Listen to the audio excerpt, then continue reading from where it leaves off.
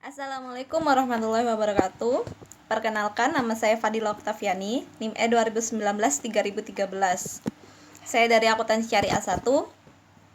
Saya akan mereview hasil UTS saya dengan mata kuliah kewirausahaan.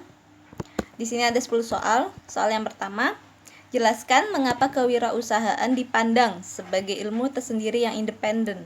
Jawabannya, menurut Soeharto Prawirokusumo, kewirausahaan merupakan disiplin ilmu tersendiri yang independen dan telah diajarkan sebagai suatu disiplin ilmu tersendiri yang independen, sebab meliputi hal-hal sebagai berikut. Yang pertama, kewirausahaan berisi bidang pengetahuan yang utuh dan nyata, yaitu terdapat teori, konsep, dan metode ilmiah yang lengkap. Yang kedua, kewirausahaan memiliki dua konsep, yaitu posisi permulaan dan perkembangan usaha yang jelas tidak masuk ke dalam kerangka pendidikan manajemen umum yang memisahkan antara manajemen dan kepemilikan usaha. Yang ketiga, kewirausahaan merupakan disiplin ilmu yang memiliki objek tersendiri, yaitu kemampuan menciptakan sesuatu yang baru dan berbeda.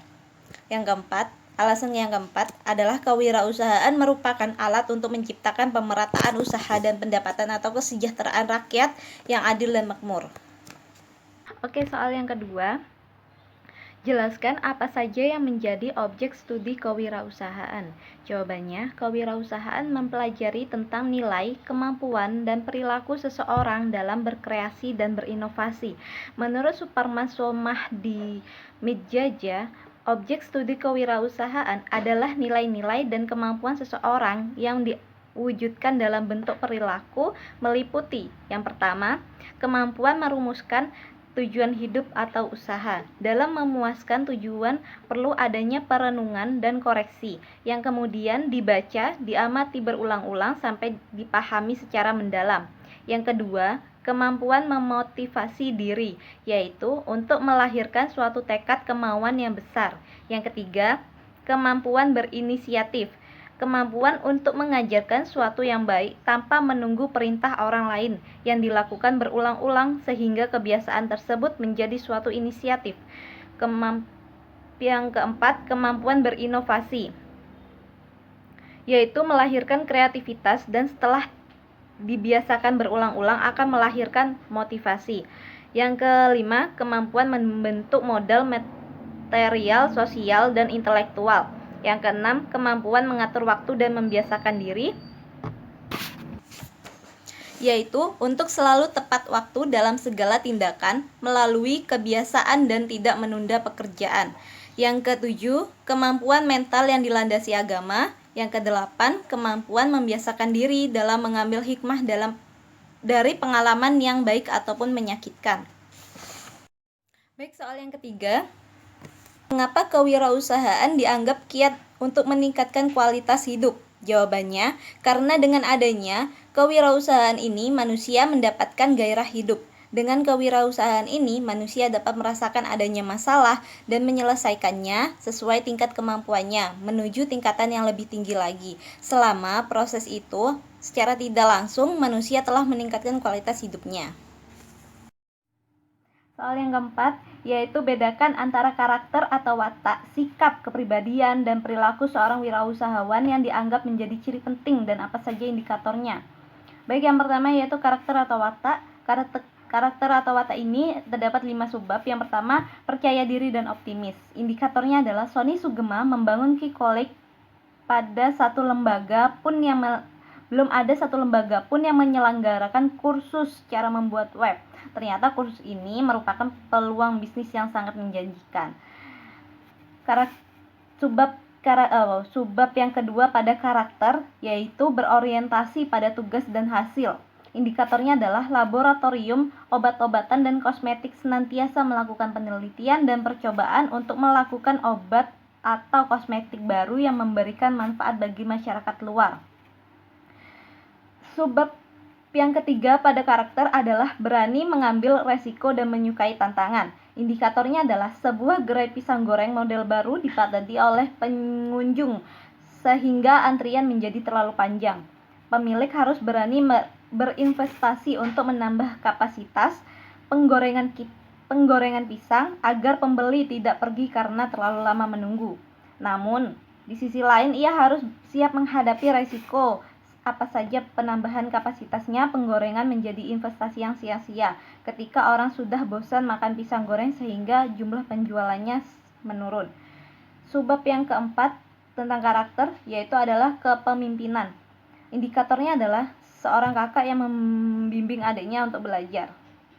Indikator yang kelima tentang karakter itu adalah keorisinilan. Indikatornya adalah pengusaha merekayasa laporan keuangan untuk menghindari pembayaran pajak sesuai dengan ketentuannya.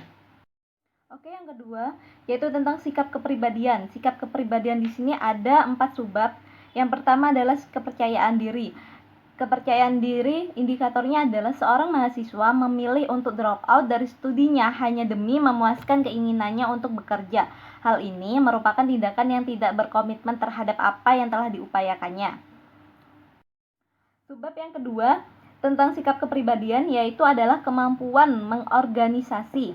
Indikatornya adalah Akio Morita dan Bill Gates terlahir dari orang tua yang kaya raya. Namun perusahaan yang mereka dirikan memperoleh kesuksesan atas hasil jerih payah mereka sendiri, bukan merupakan hasil warisan dari kedua orang tuanya. Subbab yang ketiga mengenai sikap kepribadian yaitu adalah kreativitas. Indikatornya adalah seorang pemilik toko roti dan kue harus memiliki kemampuan dalam membuat kue dengan berbagai macam resep. Indikator yang subbab yang keempat mengenai sikap kepribadian ialah indikatornya Bapak Riza bekerja pada sebuah toko roti Majestic. Beliau adalah salah satu pembuatan kue di toko itu. Ia merasa dapat membuat banyak jenis roti dengan berbagai resep. Oleh karena itu, ia keluar dari toko roti tersebut kemudian membuka toko roti sendiri. Baik, yang ketiga tentang perilaku seseorang. Perilaku seseorang ini saya ambil satu subbab saja yaitu mengenai mencari kombinasi-kombinasi atau kreasi-kreasi baru. Indikatornya adalah menemukan pasar baru, pengenalan barang-barang baru, metode produksi baru, sumber penyediaan bahan mentah baru, serta organisasi industri baru.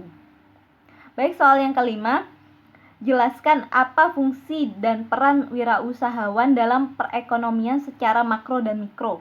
Jawabannya, yang pertama yaitu tentang makro. Fungsinya adalah para wirausahawan berfungsi menciptakan investasi baru, pembentukan modal baru, menghasilkan laporan kerja baru, menciptakan produktivitas, meningkatkan ekspor, mendorong kebutuhan ekonomi, mengurangi kesenjangan sosial, dan meningkatkan kesejahteraan. Perannya adalah berperan dalam ekonomi nasional sebagai penggerak, pengendali, dan pemacu perekonomian suatu bangsa. Yang kedua yaitu tentang mikro. Fungsinya adalah menanggung resiko dan ketidakpastian, mengombinasi sumber-sumber ke dalam cara yang baru dan berbeda, menciptakan nilai tambah, menciptakan usaha-usaha baru, dan mencipta peluang-peluang baru. Di sini peran mikro adalah secara umum wirausahawan memiliki dua peran yaitu sebagai penemu dan sebagai perencana. Baik, soal yang keenam, jelaskan bagaimana proses berwirausaha untuk mencapai keberhasilan. Jawabannya, di sini ada 7 tahapan. Yang pertama, tahap pertama yaitu tentang persiapan. Persiapan ini menyangkut kesiapan untuk berpikir kreatif, dilakukan dalam bentuk pendidikan formal, pengalaman magang, dan pengalaman pribadi. Tahap yang kedua yaitu penyelidikan. Dalam penyelidikan ini diperlukan untuk dapat mengembangkan pemahaman yang mendalam tentang masalah atau keputusan. Tahap yang ketiga ini tentang transformasi. Tahap transformasi ini menyangkut persamaan dan perbedaan pandangan di antara informasi yang terkumpul. Tahap yang keempat ini adalah penetasan. Penetasan merupakan penyiapan pikiran bawah sadar untuk merenungkan informasi yang terkumpul. Tahap kelima yaitu penerangan. Penerangan akan muncul pada tahap penetasan yaitu ketika terdapat pemecahan spontan yang menyebabkan adanya titik terang. Tahap yang keenam adalah pengujian. Pengujian menyangkut validasi, keakuratan, dan manfaat ide-ide yang muncul yang dapat dilakukan pada masa percobaan, proses simulasi, tes pasaran, pembangunan proyek percobaan, pembangunan prototipe, dan aktivitas lain yang dirancang untuk membuktikan ide-ide baru yang akan diimplementasikan. Tahapan yang terakhir yaitu implementasi. Implementasi adalah transformasi ide ke dalam praktik bisnis. Jadi, proses untuk berwirausaha itu ada 7. Persiapan, penyelidikan, transformasi, penetasan, penerangan, pengujian, dan implementasi. Baik, soal yang ketujuh, mengapa dengan kreativitas dan keinovasian bisa menciptakan peluang? Karena hubungan antara kreativitas dan inovasi yaitu saling melengkapi satu sama lain. Sebab kreativitas membutuhkan aktualisasi diri. Misalnya, kita ingin mencari suatu ide kreatif, pasti kita menggunakan kemampuan atau potensi kita untuk mencari tahu dan mendalami apa saja yang dijadikan sebagai bahan kreativitas dalam bisnis. Selain itu, dalam aktualisasi diri kita juga membutuhkan kreativitas. Contohnya, seorang penyanyi harus menciptakan sebuah lagu yang enak, mudah dipahami, dan disukai oleh banyak orang. Oleh karena itu, mereka sangat membutuhkan kreativitas dalam melaksanakannya. Baik, soal yang ke-8, coba identifikasilah untuk apa saja modal dasar, modal insani, modal pengetahuan, modal keterampilan, dan modal kompetensi. Jawabannya, mengidentifikasi modal-modal dasar yang harus dimiliki seorang wirausahawan antara lain yang pertama modal insani. Sangat penting dimiliki oleh seorang wirausaha dalam menjalankan usahanya dan mendorong untuk menjadi wirausaha yang bersifat jujur, kepercayaan, komitmen, menepati janji, dan tidak meningkatkan citra seorang wirausaha. Modal yang kedua yaitu modal pengetahuan. Untuk berkembang dan sukses, modal kemauan saja tidak cukup, tetapi harus dilengkapi dengan pengetahuan yang tinggi dalam menjalankan usaha seperti pengetahuan lingkungan, usaha yang ada, pengetahuan tentang peran dan tanggung jawab, dan pengetahuan tentang manajemen dan organisasi bisnis. Modal yang ketiga yaitu modal keterampilan. Seorang wirausaha harus mempunyai sikap keterampilan seperti keterampilan berkomunikasi dan interaksi, keterampilan kreatif dalam menambah nilai barang, keterampilan dalam memimpin dan mengelola usaha yang baik. Modal yang keempat yaitu modal kompetensi.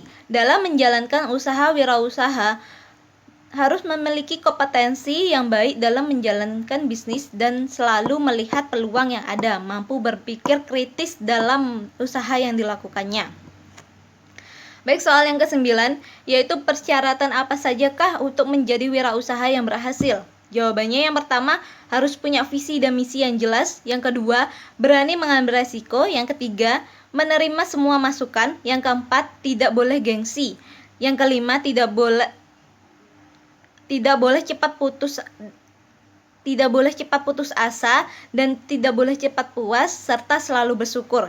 Yang keenam, kreatif dan inovasi. Yang ketujuh, pandai memanfaatkan peluang. Soal yang ke-10 yaitu keyakinan apa saja yang dimiliki seorang wirausahawan sehingga ia menjadi wirausaha yang sukses dan berhasil.